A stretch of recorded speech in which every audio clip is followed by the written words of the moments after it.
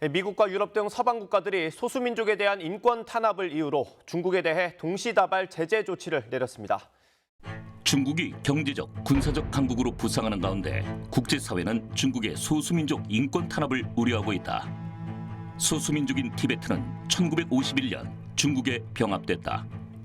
하지만 70년이 지난 지금도 티베트인들은 여전히 독립을 외치고 있다. 과거 티베트는 어떤 민족이었으며 중국에 병합된 원인은 무엇일까? 티베트와 중국의 갈등은 왜 계속되고 역사적 배경은 무엇이 있는지 알아본다. 전쟁 없는 세상을 꿈꾸기에 전쟁을 공부합니다. 안녕하세요. 뉴스 배터리 전쟁과 사람 허준입니다. 안녕하세요. 강희지입니다.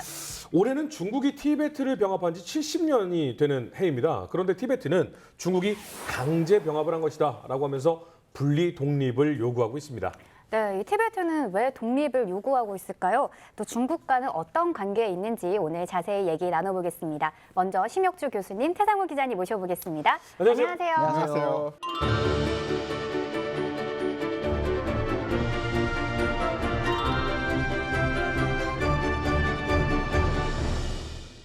교수님은 이제 중국 문화 역사 뭐 이쪽에 전문가시잖아요. 네, 혹시 티베트 하면 포탈라궁이잖아요. 네네. 가본 적 있으세요?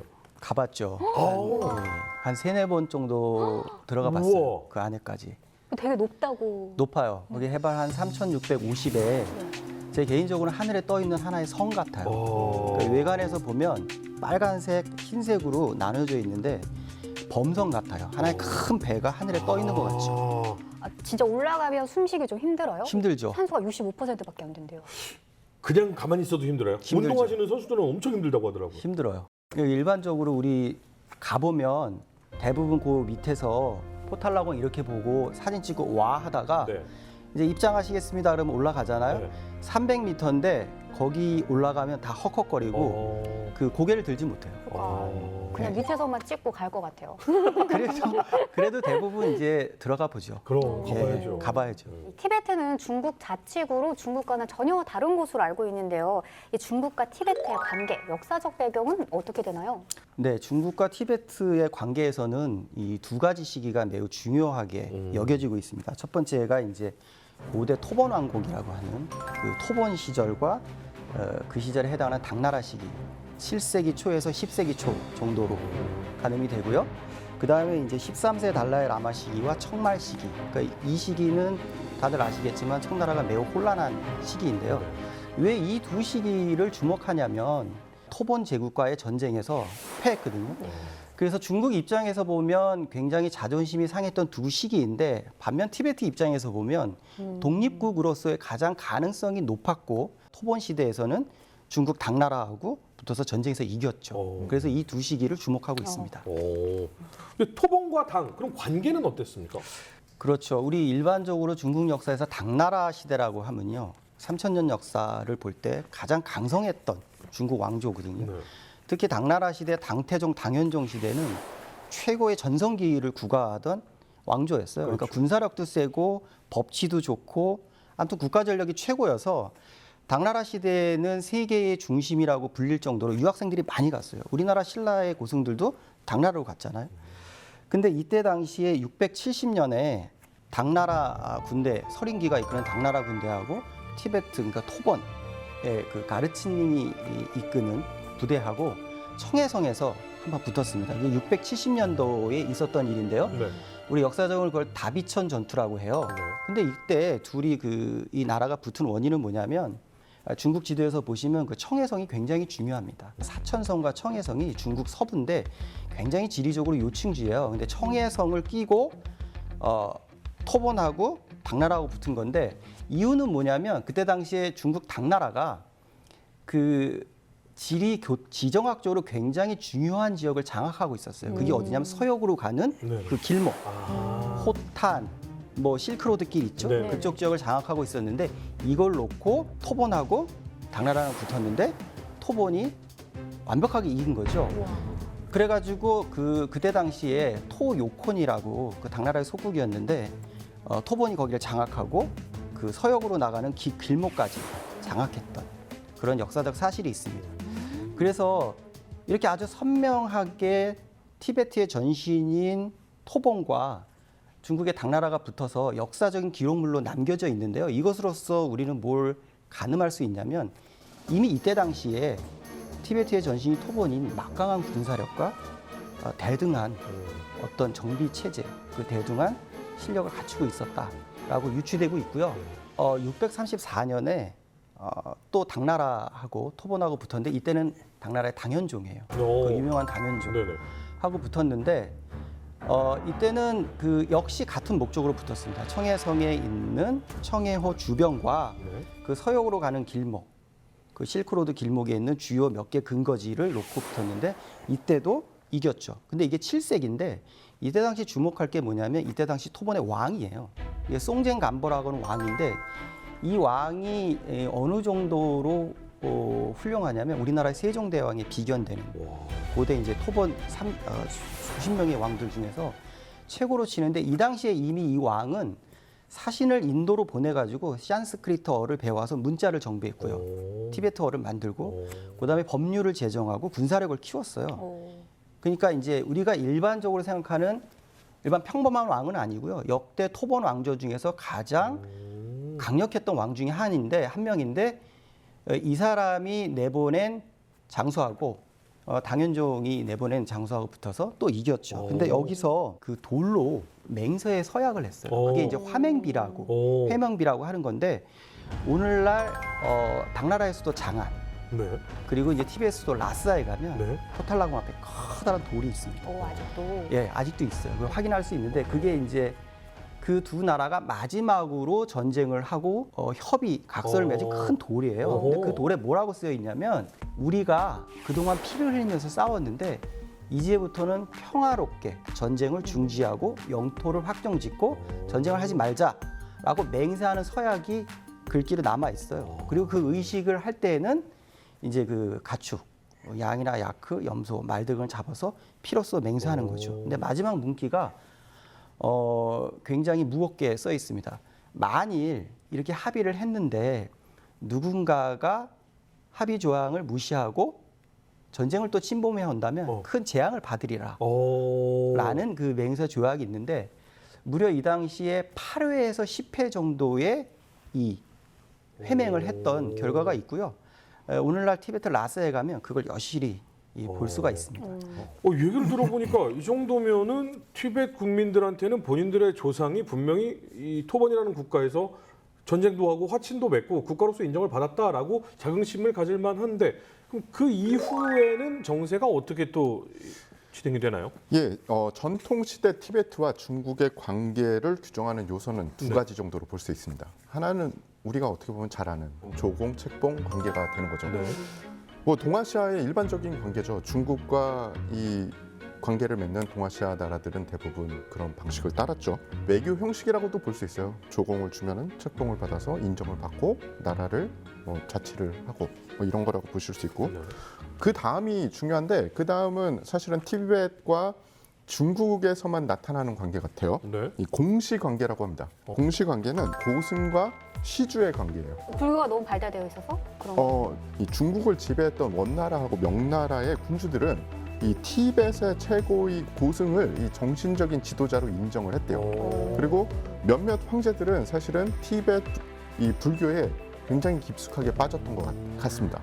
그래서 자신들이 그 종교를 존중하니까 그 다음엔 어떻게 되겠습니까? 티벳의 정신적인 지주이자 종교 지도자를 인정하고 그들의 통치권을 또 인정해 줬겠죠. 그래서 이게 고승과 시주의 관계, 이 공시 관계가 된 겁니다. 티벳과 중국이 어떻게 보면 굉장히 이 매우 독특한 관계, 공시 관계를 맺고 있었다고 볼 수 있죠. 특별히 우리가 이제 하나 더 기억해 두고 가야 될 것은 이제 티베트의 전통 시대에 있었던 그 중원의 황제들과 티베트 그 불교의 어떤 그 외교 관계예요. 근데 이건 정치 공학적인 입장을 떠나서 어떤 외교 관계적인 측면에서 볼 때 당시에 티베트 불교가 굉장히 많았었는데 특별히 명청 요 시대에 들어오면 4대 종파가 장악을 합니다. 그 중에서 이제 게루바가 황교라고 하는 달라이라마가 속한 게루바가 훗날 제일 우뚝 서는데 그때 당시에 황제들이 왜 이 분야의 최고 수장을 모셔서 법회를 하고 물질적 보시를 했냐면 이 황제들의 입장에서는 이분들이 정신적 멘토예요. 황제들도. 네, 황제들은 이분들을 모셔서 기본적으로 불교에 대한 해박한 지식과 깊은 마음가짐도 있지만 최고 통치자들을 모셔서 뭘 했냐면 그 티베트 밀교 의식을 받았어요. 그리고 그 종교 의식을 받고 그래서 개인적으로는 멘토의 대상을 그분들로 칭한 거고 그거에 대한 대가로 물질적 보시를 한 거고요. 이게 지금 듣다 보니까 그렇다라는 건 토번일 때에는 왕조가 있고 국가가 있어서 전쟁도 하고 외교도 하고 이러한 서로 간의 관계가 있었다고 하면 그 이후에 원명청으로 가면서는 약간 종교적인 느낌. 그렇죠. 그래서 약간 종교 특별구역 같은 느낌도 사실 살짝 온다라는 게 맞아요. 있네요. 네, 왜냐하면 티베트는 기본적으로 7세기에서 8세기 이르는 동안 인도의 후기 밀교를 받아들였거든요. 네. 그 밀교를 받아들이고 티벳에 원래 있는 벤교라는 토착 세력과 융합이 되면서 전 세계적으로 유래를 찾아볼 수 없는 티베트 불교라는 아주 독창적인 자기만의 종교를 만든 거예요. 그러니까 종교가 곧 정치다. 그러니까 정치가 곧 종교고, 그러니까 서로 분리될 수 없는 하나의 시스템으로 작동되는 국가나 어떤 정치 시스템이었던 거죠. 그러니까 중원의 황제들은 제가 보기엔 굉장히 똑똑하고 영리했던 것 같아요. 그러니까 그쪽에 가장 큰 정치 시스템을 그대로 받아들여서 존중을 해주고 그 다음에 어떤 강압적인 포지션보다는 우리 같이 상생을 하고 공생을 하면서 나아가 보자. 이런 어떤 메시지를 주죠. 그러니까 이들이 중국이 이 티벳 종교에 대해서 어느 정도 이 심취했냐 이런 걸 보여주는 게 몇 가지가 있더라고요. 그 중에 하나가 바로 이 선정원이라는 기관입니다. 원 왕조가 중국을 통치하는 시기에 설립된 이 중앙 정부 직속 국가 기관이에요. 예, 종교를 담당하는, 그러니까 불교 관련 사무를 관장하는 기관입니다. 현대로 치면은 뭐 종교청이라고 보시면 되죠. 지금의 티베트 지역은 이 선정원의 관리를 받았던 그런 지역이에요. 그러니까 얼마나 중요한 지역이면 국가의 직속 기관이 거기를 직접 담당을 하겠습니까? 명나라 때는 이 영락제가 티베트 갤루파 관계 개선을 위해 많은 노력을 했습니다. 네. 그래서 실제로 이 고위 라마승을 법왕 혹은 관종국사라는 이 명칭을 부여를 했어요. 이게 명칭을 부여했다는 건 위에서 아래로 보통 행하는 그렇죠, 거잖아요. 그렇죠. 네. 분명히 예전에는 완전히 국가의 적대적으로 싸우기도 하고 우리는 독립국이야가 있었다면 지금 원명청 통치를 얘기를 하는. 하면서 스리슬쩍 어떤 통합이 돼 있는 듯한 느낌도 사실은 좀 받고 있거든요. 근데 그 이전에 우리 기자님 말씀하신 건데 영락제가 그 게루바, 그러니까 황교의 수장 쫑카빠를 초빙을 했다고 그랬잖아요. 그러니까 이게 초빙을 하면 반드시 가야 할 것 같지만 사실 대부분의 그 종교 수장이 가기도 했지만 영락제가 초빙한 쫑카빠는 거절을 했어요. 오. 네, 그래서 순순히 그렇게 호락호락하게 오호. 이렇게 가는 관계는 오. 아니었고요. 그다음에 이제 원나라 기존의 송원 명청 중에 우리가 왜 청나라를 주목해야 하냐면 사실 청나라는 우리가 어느 정도 듣고 있어서 알겠지만 굉장히 혼란한 시기죠. 그렇죠. 청초에서 청말로 가면 네. 영국과의 아편전도 그렇죠. 있고 그다음에 청나라 말기에 가면 굉장히 혼란한 여러 가지 사건들이 겹치는데 일단 청나라가 시작되면 스타트는 괜찮습니다. 왜냐하면 청나라에 이렇게 말씀드리면 뭐죠? 빅포의 황제들이 있죠. 굉장히 탁월한 황제들이 있습니다. 그 대표적인 주자가 순치제잖아요. 근데 순치제는 이분은 어떤 분이냐면 저도 그 역사 자료를 볼 때 깜짝깜짝 놀랐는데 불교를 너무 깊이 받아들여가지고요. 오. 출가시를 지으냐고. 자기가 시로 출가를 하겠다고 24살이에요. 오호. 그러니까 그 출가시의 내용은 간단하게 보면 이렇습니다. 내가 왕이 되고 황제가 돼 보니까 별거 없더라. 밥 먹고 자고 싸고 밥 먹고 자고 싸고 이거밖에 없더라. 그래서 인생이 공허하니 나는 이 황제 도포 금포를 벗어던지고 산속으로 들어가겠다. 출가시를 24살 정도에 지우고 실제로 불교를 굉장히 깊이 받아들이고 공부한 사람이에요. 황제가. 그래서 이분이 이때 당시에 아주 역사적인 하나의 획기적인 사건을 마련하는데 이때 5대 달라이 라마를 북경으로 초빙을 합니다. 네. 근데 이제 5대 달라이라마를 초빙하는데 우리 왕이 일반적으로 황제가 뭐 버선발로 뛰쳐나간다 이런 거 상상할 수 없잖아요. 그렇죠. 근데 제가 조금 과장돼서 말씀드리면 역사에서는 어떻게 기록하고 있냐면 그 5대 달라이라마를 북경으로 초빙하고 극진히 대접했다는 얘기가 있어요. 그러니까 친히 나가서 대접하고 자리에 착석을 권유하고 그리고 나중에 이별할 때는 금으로 된 여러 가지 선물을 할 정도로 어떻게 보면 일국의 황제가 이렇게까지 할 수 있을까 할 정도로 네네. 달라이라마에게 극진한 대우를 했죠. 네. 근데 이것이 영향이 있었는지 그 이후로 강희제, 옹정제, 권융제 모두 다 티베트 불교를 기본적으로는 존중하고 숭상을 합니다. 그런데 문제는 그 순치제 이후로 역대 황제들이 조금씩 제도와 시스템을 바꿉니다. 그 티베트 토착민들이 네. 청나라 입장에서 볼 때는 지극히 근심거리가 되는 몇 개 큰 사건들이 네. 발생을 하는 거죠. 네네. 그래서 강희제 같은 경우는 이제 티벳의 종교 사무를 관할하는 이번원 같은 기구를 먼저 만들었는데 그 이번원의 바로 직속 기관이 옹화국이라고 하는 라마 사교 사원이에요. 이건 원래 그 황제 아들의 집이었는데 강희제가 얼마만큼 이 티베트 불교에 대한 고민을 했냐면 황제의 아들의 집을 라마 사교 사원으로 용도 변경을 해가지고 500명의 라마승을 초청을 합니다. 그리고 거기서 이들에게 무엇을 시키냐면 특수학교예요. 그러니까 이 라마승들을 500명들에게 매달 월급을 주면서 티베트 불교와 종교에 대해서 가르치도록 하는 선생으로 임명을 해요. 네, 그러니까 이 옹화궁이 이 일반적인 우리가 불교 사원하고 다른 성격이 있고요. 그래서 옹화궁은 그런 면에서 강희제의 어떤 특별한 작품이라고 볼 수가 있고요. 그 다음에 이제 그 밑으로 내려온 옹정제는 사실 고민을 하게 돼서 가만히 보니까 이제 후반부로 갈수록 티베트 사천 지역하고 청해성 지역에 여러 가지 말썽이 일어나는데 보고를 받아보니까 그쪽 지역에 살고 있는 티베트 토착 세력들이 말을 안 들어요.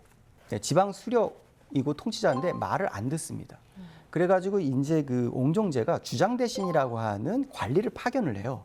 근데 청나라 대신이고 청나라 공무원이에요. 그러니까 이 공무원이 그 지역에 가가지고 티베트 토착 세력들이 도대체 왜 말을 안 듣고 뭘 원하는지를 파악하러 갔는데 이때 이 주장 대신의 권위와 직무 능력은 조정에서 굉장히 높게 줬거든요.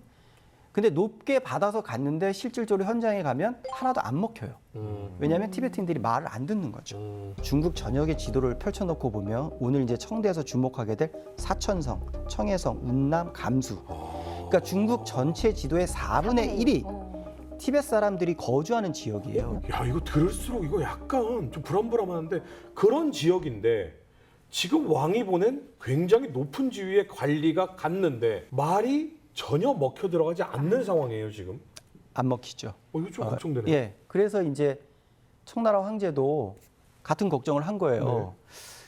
이게 안 먹히네. 그래서 이제 그 뒤쪽으로 오면 이제 건융제가 심각하게 고민을 하면서 티베트인들의 종교, 이 불교를 한번 정돈해야 되는 거 아닌가. 그 종교에 대한 대대적인 개혁. 그러니까 그 티베트는 제가 아까 말씀드린 정치와 종교의 합일이라고 그랬잖아요. 그러니까 티베트가 그 역사적 공동체로서 1000년 이상 지속되어 온 달라이라마를 정점으로 그 유일한 핵심은 뭐냐면 정교 합일이라고 하는 시스템이에요. 그러니까 정치와 종교가 합일되니까 종교 지도자가 하는 모든 언행이 곧 정치 시스템이 되는 거거든요.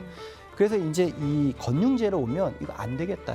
정치하고 종교를 분리해야겠다. 이거 봐, 불안했어. 네, 그래가지고 드디어 청나라 초기에서 뒤로 오면서 거대한 프로젝트를 진행시킵니다. 그게 바로 이제 그 사천 서부와 청해성 동부를 이루는 어마어마한 지역에 이르는 이제 서강성 행건, 이제 새로운 행정 단위를 만들겠다고 하는 어마어마한 프로젝트예요. 종교를 정치로 단절하겠다. 뭐 약간 이런 의지도 좀 보이는 것 같은데. 네네.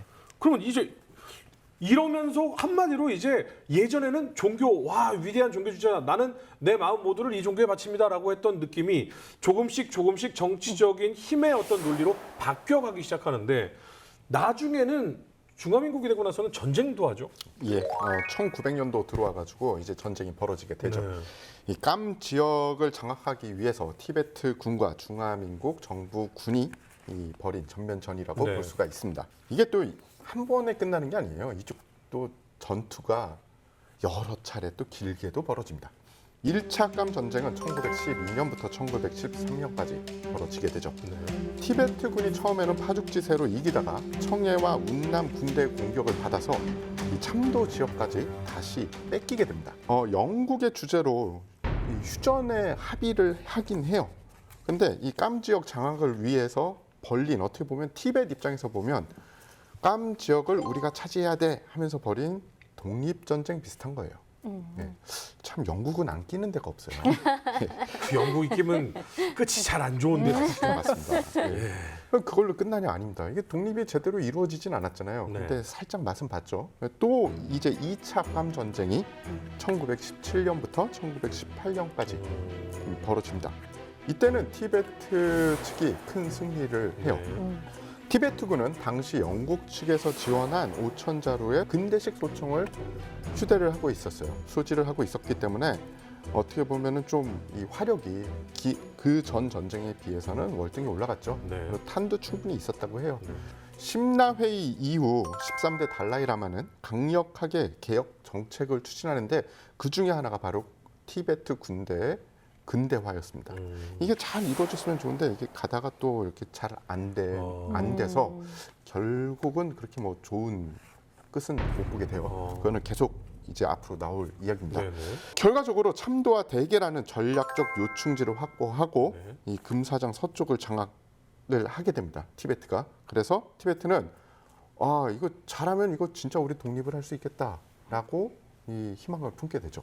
3차 감 전쟁은 1930년도에서 1939년까지 벌어진 전쟁이에요. 티베트군은 사천군과 이제 대립을 하게 되는 거죠. 네. 결국 사천군이 청해 옥수 지역을 점령을 합니다. 이번에는 티베트군이 대패를 하게 되는 거예요. 이 감 전쟁의 의미는 감 지역, 사실 감이라는 지역이 저도 그렇게 크고 방대한지 몰랐어요. 그리고 언제나 티베트에서는 이 감을 누가 차지하느냐가 힘이 어느 쪽으로 이동하느냐, 이 중요한 요소가 되더라고요. 그래서 이 감 지역을 차지를 해야 독립을 이룰 수 있는데 결론적으로 3차 전쟁의 결론은 감 지역을 뺏겼기 때문에 독립은 앞으로도 이제 못하게 되는 거였죠. 이 3차 전쟁을 끝으로 1939년 1월 1일 칭군부의 유문이가 티베트 고원 동쪽 지방과 시추안성을 서부 지역으로 합한 서강성 계획을 공식적으로 선언하게 됩니다. 좀 구체적인 사건 하나를 말씀드리면 훨씬 더 명확하게 이제 그림이 그려질 것 같아요. 이제 말씀하신 세 번의 캄 전쟁이 아주 대대적으로 벌어졌는데요. 근데 이게 사실은 왜 벌어졌는가? 중국에 가면 오늘날에도 중국 사천성은요 굉장히 중요한 도시입니다. 중국 전역에서. 왜 중국이 그렇게 사천에 집착을 하고 그 사천 지역에 있는 티베트의 독립을 불허하면서 못 띄워주느냐? 전략적 요충지예요. 중국 그 옛날에 러시아나 영국도 왜 그렇게 사천을 들어와서 라싸로 치밀고 올려가려면 그 지역이 사천이 중국 전체 지도에서 굉장한 전략적 요충지입니다. 그래서 어느 군사 전문가가 이런 말도 한 적이 있어요. 만약에 중국이 사천성을 잃어버렸는데 어느 국가가 사천성에다가 미사일 대포 조준해 놓는다면 중국 중원은 박살난다. 그럴 정도로 굉장히 중요한 지역이고요. 또 하나는 오늘날에도 중국 사천성 들어가면 국제공항이 있어요. 그만큼 해외에서 많이 온다는 거고 우리나라 대기업이 가장 많이 들어간 데가 사천성입니다. 오늘날 사천성 인구가 지금 청나라 때의 사천성의 티베트 인구가 37만 정도거든요. 네. 그리고 중국 전역에 있는 티베트인들이 한 320만 정도 돼요. 근데 오늘날 사천성의 인구가 몇 만이냐면 8,600만이에요. 원래는 1억 2천이었어요. 그 중경 총칭이라고 하는 그 직할시가 특별시를 넘어가기 전에는 1억 2천이었어요. 그러니까 성이라고 하나의 개념이 우리나라 무슨 구하고는 차원이 다른 얘기예요. 그냥 하나의 성이 하나의 국가예요. 중국은. 그 어마어마하잖아요. 그러니까 사천성은 예나 지금이나 중국의 입장에서 보면 굉장한 전략적 요충지인데 청나라 때 사천성에 이렇게 가만히 보고 이게 사태가 심각하니까 정부를 파견하고 현황을 파견했는데 봉준이라는 그 공무원이 와서 깜짝 놀라요. 지역을 이렇게 순찰을 쓱 해보니까 빨간색 도포를 입고 다니는 사람이 너무 많아. 동네는 작은데 10,000명의 스님이 돌아다녀요. 그래서 이 봉준이 청정부에다가 보고서를 써요. 첫 번째, 이 지역은 울타리를 쳐야 되고요. 앞으로 20년간 출가를 금지시켜야 된다. 그리고 사원마다 조사를 해가지고 만약에 500명이 넘는 라마승이 있으면 무조건 300명을 환속을 시켜야 되고 300명 정도의 규모의 사원이 발견되면 200명 환속, 그다음에 200명 정도는 100명을 환속. 대략 반에 해당되는 라마승들을 환속시켜서 일을 시켜야 된다, 노동을 시켜야 된다고 보고서 올리고 난 다음에 자기적으로 그 리탕에 있는 라마승을 대략 3,000명 정도를 환속을 시켜요. 환속을 시키고 일반인으로 만들었다는 그렇죠, 뜻이죠? 그렇죠. 네. 이렇게 직위를 네. 하라고 보내고요. 그 다음에 이제 그 뭘 했냐면 그때 당시에 19세기니까 서구 열강이 많이 들어와 있었잖아요. 그러니까 그 다음에 선교사들이 중국 운남하고 사천, 티베트 일대에 들어가서 천주교를 전파하려고 들어갔는데 이때 당시에 봉준이가 그 천주교 교회당 3곳을 짓습니다. 그리고 천주교 신부를 우대해요. 그래서 그쪽 그 바탕에 있던 토착 세력들과 라마승이 들고 일어나가지고 이 봉준과 봉준의 수행원 100여 명을 살해를 합니다. 그리고 천주교 교당 3곳을 불을 태우고요. 그 다음에 천주교 신부 둘을 살인 죽여요. 그거에 이 사건이 촉발이 되면서 3번의 캄전쟁이 일어나면서 청정부는 왜 이 사천성이 중요했냐면 자기네들도 라싸를 올라가야 돼. 라싸를 올라가는 저 해발 고온 4,000m를 올라가는 방법은 중국에서 4개의 육로가 있습니다. 청해성으로 가는 방법이 있고 운남에서 들어가는 것도 있고 지금 오늘날 그 운남 샹그릴라 코스 이렇게 네. 들어가는 데가 있고 그다음에 네팔에서 들어가는 게 있는데 청나라 사천 땅에서 올라가는 게 가장 빨라요. 청정부는 티베트를 아주 효율적으로 관리하는 방법을 궁리를 했는데 달라이 라마도 문제인데 거기는 정교 분리만 하면 될 것 같은데 거기를 일단 올라가야 되잖아요. 그 올라가는 길목이 바로 캄들이 장악하고 있는 그 사천성 일대예요. 청정부는 여기를 놓칠 수가 없는 거죠. 굉장히 복잡하기 때문에 제가 한 30초 정도 아, 좋아요. 요거를 딱 정리해서 제대로 이해하고 있는지 한번 네, 네, 네. 하겠습니다. 원래 당나라 때는 우리하고 비슷하게 고구려처럼 아예 독립된 국가였고 전쟁에서도 이겼기 때문에 너희는 여기 넘어오지 마. 우리는 외교 관계를 하려면 외교 관계를 하는데 우리는 확실히 독립 국가야. 라는 시스템이었는데 그 이유가 되면서 정말 훌륭한 종교 지도자 그 제도를 저희는 찬양합니다 라고 하면서 중국의 왕들이 굉장히 불교에 대해서 라마 불교에 대해서 숭상을 하는 상황이 진행이 됩니다. 그런데 그 이후가 되면서 너무 뿌리 깊고 강력한 힘을 갖게 되는 것에 대해서 약간은 거리낌을 갖고 있던 중국의 왕들이 이래서는 안 되겠다. 제도 교편을 좀 해야겠다. 그리고 지역도 나눠야겠다. 그리고 티벳은 티벳으로 몰아놔야겠다. 약간 이런 의지를 갖게 되면서 아예 한쪽으로 조금 밀려나는 상황이 발생을 했고 나중에 중화민국 때는 그 같은 지역, 같은 주민들이 살고 있던 이 사천이라든가 이런 지역의 군대가 오히려 티벳으로 밀려와서 전쟁을 하게 되고 전쟁에서 패한 티벳은 독립을 하지 못하게 되었다. 네, 요 정도의 느낌. 자, 그러면 청이 멸망을 할 때 티벳이 이때다 우리 독립할 거예요 라고 하는 건 어느 정도 일리가 있어 보이는데 서구 열강들은 그때 반응이 어땠습니까? 일단 그 청나라 말기에는 시대가 혼란스럽고 그리고 이때가 13세 달라이 라마가 활약하던 시기예요.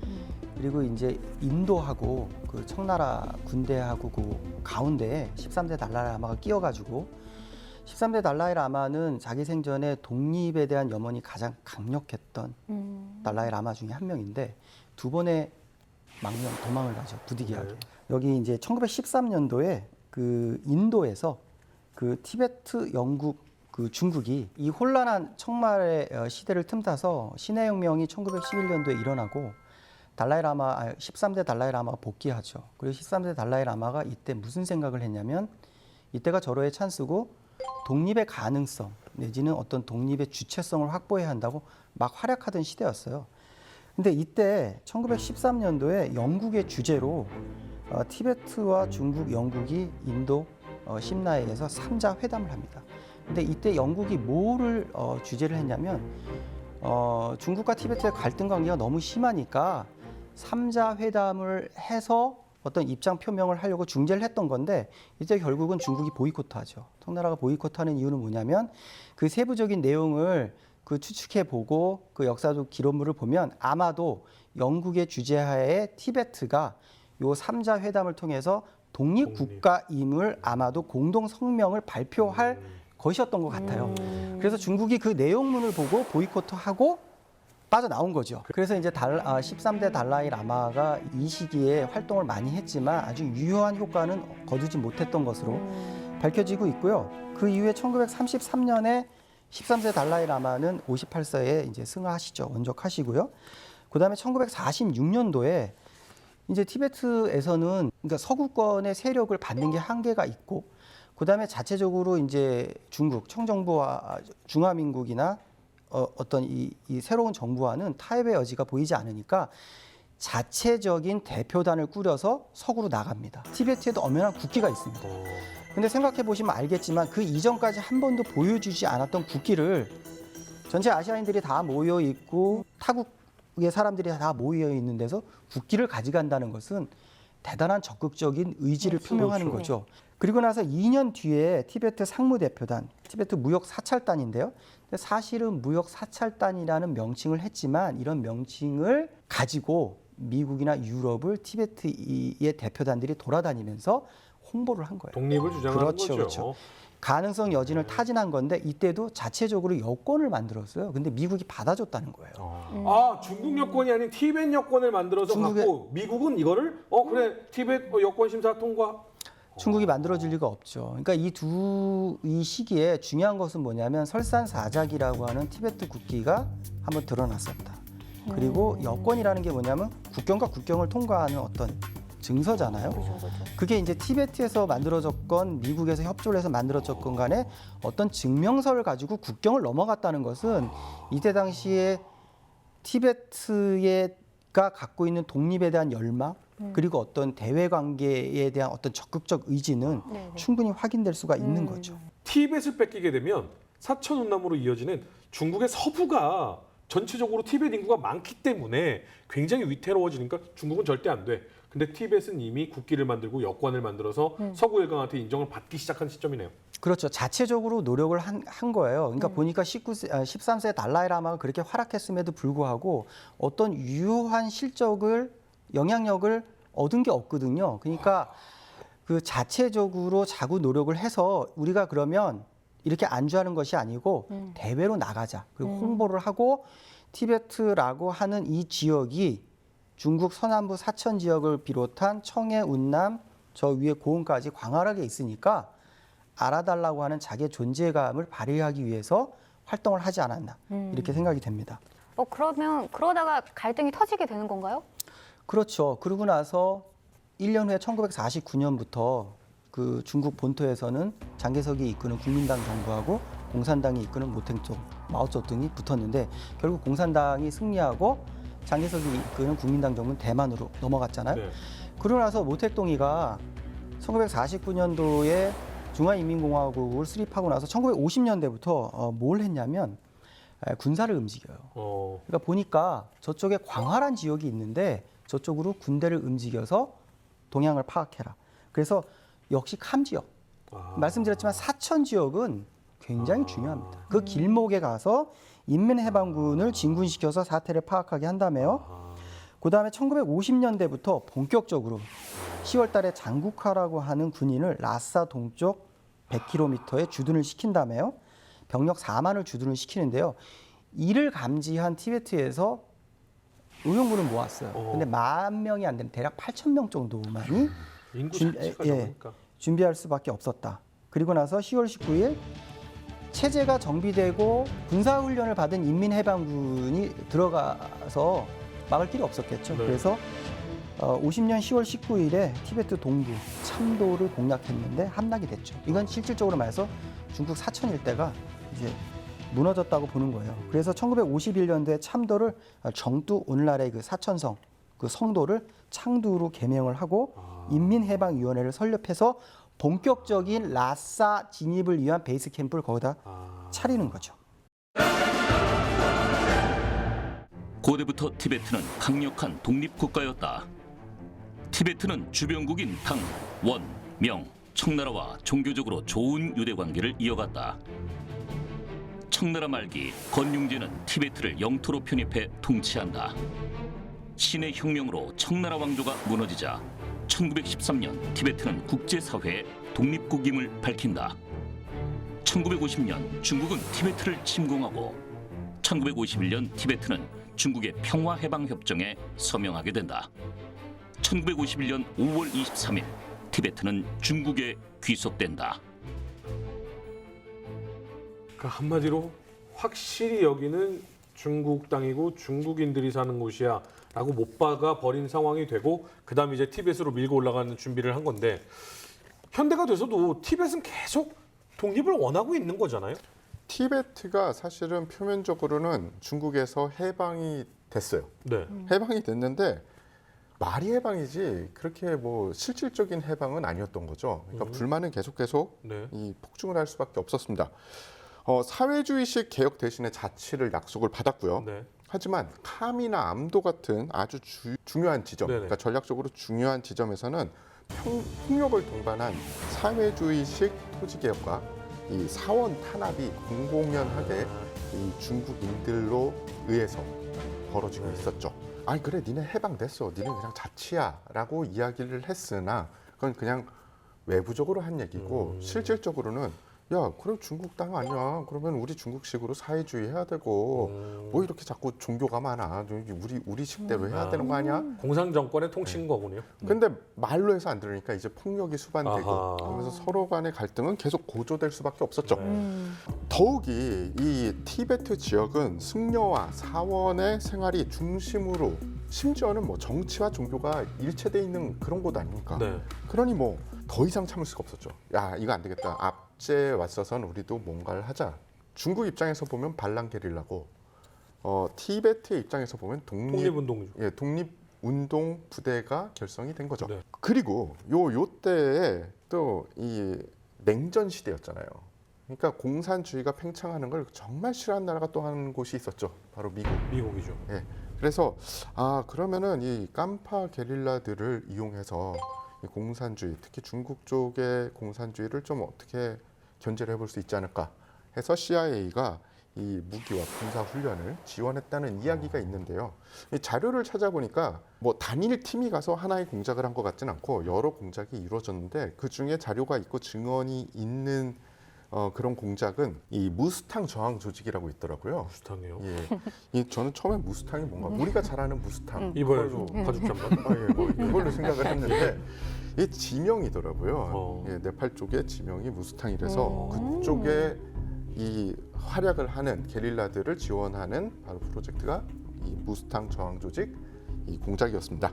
이 그들은 티벳과 네팔 국경 지역에서 게릴라 활동을 하면서 무기는 CIA에서 지원을 받고 주로 하는 일은 중국의 보급 차량, 중국군, 그러니까 중국인이라고 다 죽인 것 같지는 않고요. 중국군의 보급 차량 그리고 뭐 중요한 이 중국군 차량이 가면 공격을 해서 기밀 문서를 빼돌리고 뭐 이런 활동을 했다고 해요. 근데 이 핑퐁 이 외교를 다 아시잖아요. 네. 이 미국이 중국과 한없이 나쁠 것 같았지만 이 외교가 점점 정상화가 네. 됐죠. 그러면서 중국에서는 지금 우리 국내에서 하는 뭐 공작이 있으면 그만둬라. 미국은 우린 그런 게 어디 있겠냐라고 하면서 공공연하게 무기 지원이 점점 끊기게 됩니다.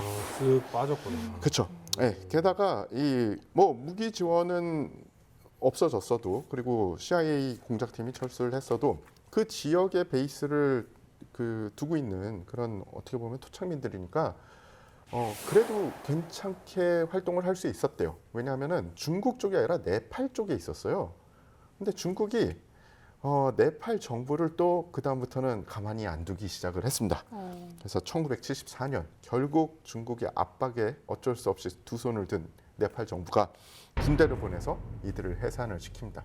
그래서 일부 생존자들은 아직 네팔에 거주하고요. 해산되는 과정에서 뭐 일부는 자살을 하는 그런 아유, 사건도 벌어지죠.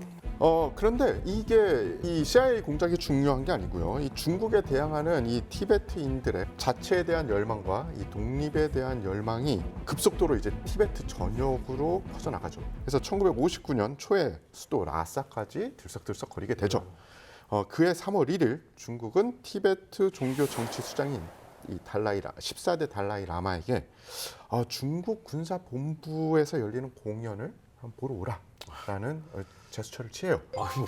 뭔가 시커먼 냄새가 나는데. 그렇죠. 근데 여기 요 정도만 돼도 그래도 괜찮죠. 네. 그런데 여기 단서 조항이 붙어요. 호위 병력을 데려오지 말고 올 때 사람들을 눈에 안 띄게 와라. 뭐야? 너무 무서운데? 이게 얼마나 무섭겠어요. 네. 그럼. 게다가 분위기가 이런데 네.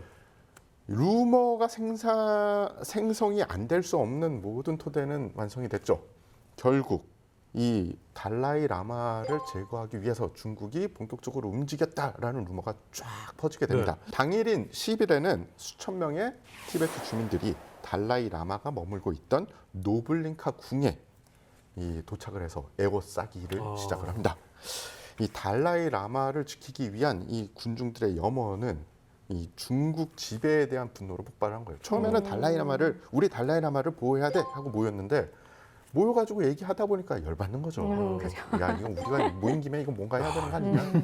그렇게 해서 이제 부글부글해서 결국은 폭발을 하게 됩니다. 근데 뭐 처음엔 눈에 보이는 거 먼저겠죠. 그래서 중국의 이 협조했던 티베트 관리들을 우선 공격을 하기 시작하고요. 그 다음에는 티벳에 들어와 있던 중국의 한족들을 공격을 합니다. 중국 정부는 이거 봐라, 얘네들이 공격을 시작했네. 그러면서 야, 잘 됐다. 그러면 탄압을 하자. 그리고 우리가 원하는 대로 그림을 그려보자라고 본격적으로 탄압 작전에 나서죠. 그리고 이 기회를 사회주의 개혁을 완수할 수 있는 절호의 찬스다라고 생각을 합니다. 그래서 중국군이 본격적으로 군사작전을 돌입을 해서 노블링카 궁을 포위를 하고 28일엔 티베트 정부를 아예 해산을 시켜버립니다. 달라이 라마는 이미 인도로 망명을 한 뒤였고요. 1959년 민중봉기로 티베트인 8만 5천여 명이 혹은 그 이상이 사망한 것으로 알려져 있고요. 달라이 라마만 인도로 망명을 했느냐 아닙니다. 추종자들이 또 많은 수의 추종자들이 인도로 같이 망명을 했어요. 항상 보면 민중들이 무슨 잘못이 있나라는 생각이 드는데 이후에도 끊임없이 독립에 대한 열망은 있었고 우리가 축제에 굉장히 심취해 있는 시기에 큰 사건이 또 일어나죠. 그렇죠. 그 달라이 라마가 59년에 히말라야를 넘어서 인도로 가서 망명 정부를 세우잖아요. 달라이 라마가 그쪽으로 넘어가서 티베트 라사에 있는 어떤 정치적 구심점은 이제 사라진 거잖아요. 네.